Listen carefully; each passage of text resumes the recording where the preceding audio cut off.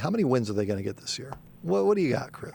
We're sitting here in June. I'm not going to hold it to you, but where are you at on this? Right now, I think 7 wins. I think they're going to be probably a little bit better than a lot of the national media believe. There's still a perception out there. There's a bias against Herm Edwards.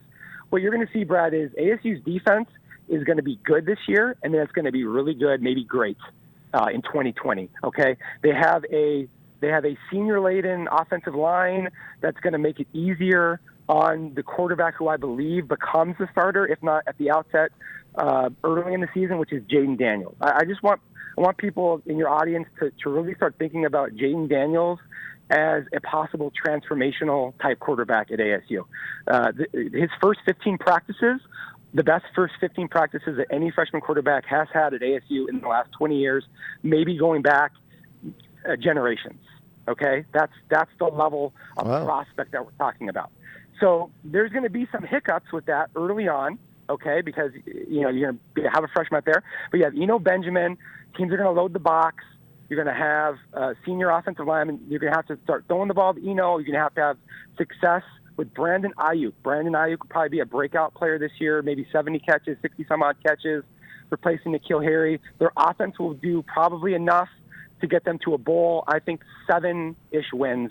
But the future's bright if they can recruit the offensive linemen for the next year and some of the pieces to surround Jaden Daniels with.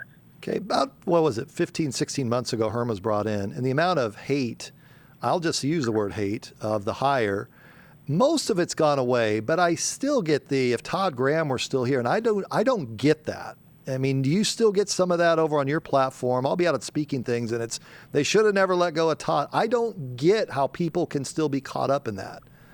Well, there's an emotional component to Todd Graham because he was such a passionate Sun Devil and, had committed to putting some of his own money. He helped get the fundraising for the football facility that they built and the transformation of Sun Devil Stadium. And so there's a romantic, almost quixotic sort of a notion that's associated with that. And then people felt like, and understandably so at the outset, that there was a nepotism hire of Herm Edwards with Ray Anderson because he had been his agent and they didn't see the vision.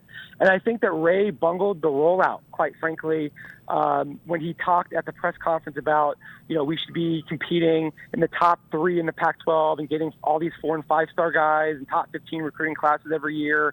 And that wasn't going to happen in a 1 to 2 year period because recruiting cycles are really more like 2 to 3 years at building the relationships and developing those things and getting and having that type of success.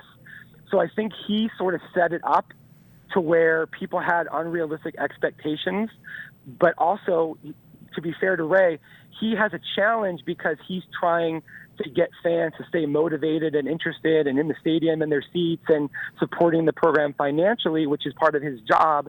And so that's a difficult sort of conundrum that he's trying to manage. I don't think he did the best job with the rollout. I think he could have done a much better job, and that would have alleviated some of those concerns. But the performance of Herm in that first year has helped to a large degree with a lot of the more passionate, serious ASU fans, which then can probably have a trickle-down effect through the community. Good stuff as always. Appreciate the time, and we'll see you down the road. Thanks, Chris. Okay, Brad, thanks.